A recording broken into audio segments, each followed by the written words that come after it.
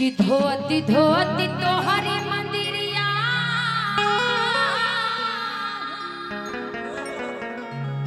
कि हथवा खियाइले हो कि धोती धोती तोहरी मंदिरिया कि हथवा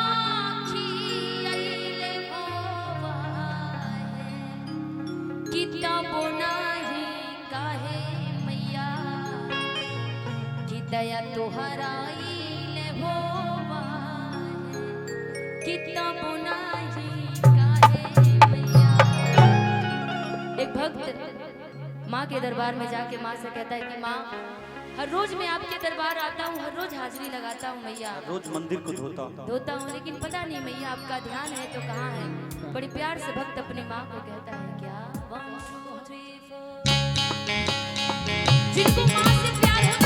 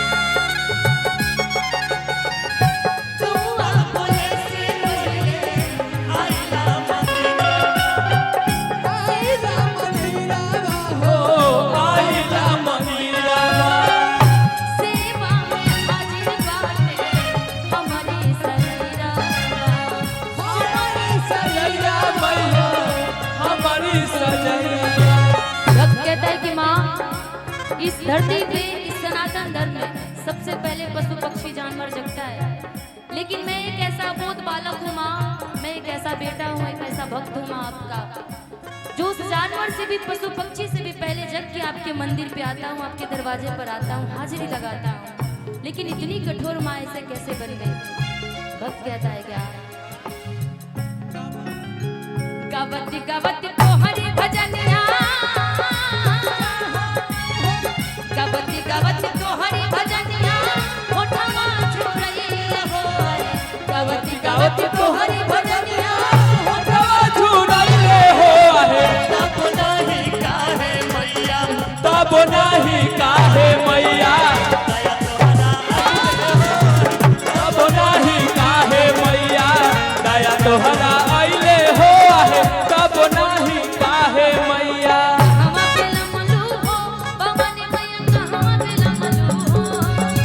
कहवा पे लमलू हो भवानी मैया कहवा पे लमलू हो कि कहवा पे लमलू कि भवानी मैया कहवा पे कहवा बिलवलू भवानी मैया कहवा बिलवलू भवानी मैया सेवा का जो हेला तोहर बाटा तू रहिया मैया कहवा बिलमलू हो भवानी मैया सेवा का जो हेला मैया कहवा बिलमलू भवानी मैया सेवा का जो हेला राहिया कहवा पे लमलू हो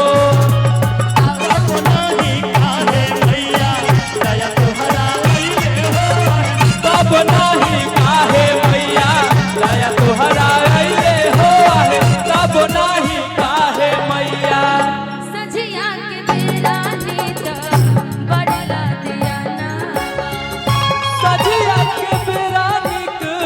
लगला ध्याना बड़ला दियाना आवो बड़ला दियाना परेला ध्याना बहो परेला ध्याना पूत नाही पावे माई रखला दियाना पूत नाही पावे माई रखला दियाना आवो रखला दियाना परेला ध्याना बहो परेला ध्याना कितना ले गैया के घिउआ कितना ले गैया के घिउआ हाथी में समाइले हो कितना ले गैया के घिउआ हाथी में समाइले हो तब नहीं काहे मैया तब नहीं काहे मैया दया तोहरा अइले हो आहे तब नाही काहे मैया दया तोहरा अइले हो आहे तब नाही काहे मैया दया तोहरा अइले हो आहे तब नाही काहे मैया दया तोहरा अइले हो आहे तब नाही काहे मैया दया तोहरा अइले हो आहे तब नाही काहे मैया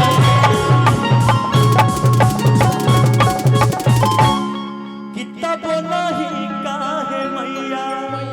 कि दया तोहराई ले हो तब नहीं काहे मैया बोलिए सच्चे दरबार की जय अपने अपने माता पिता की जय भाई साहब वाकई बहुत गर्मी है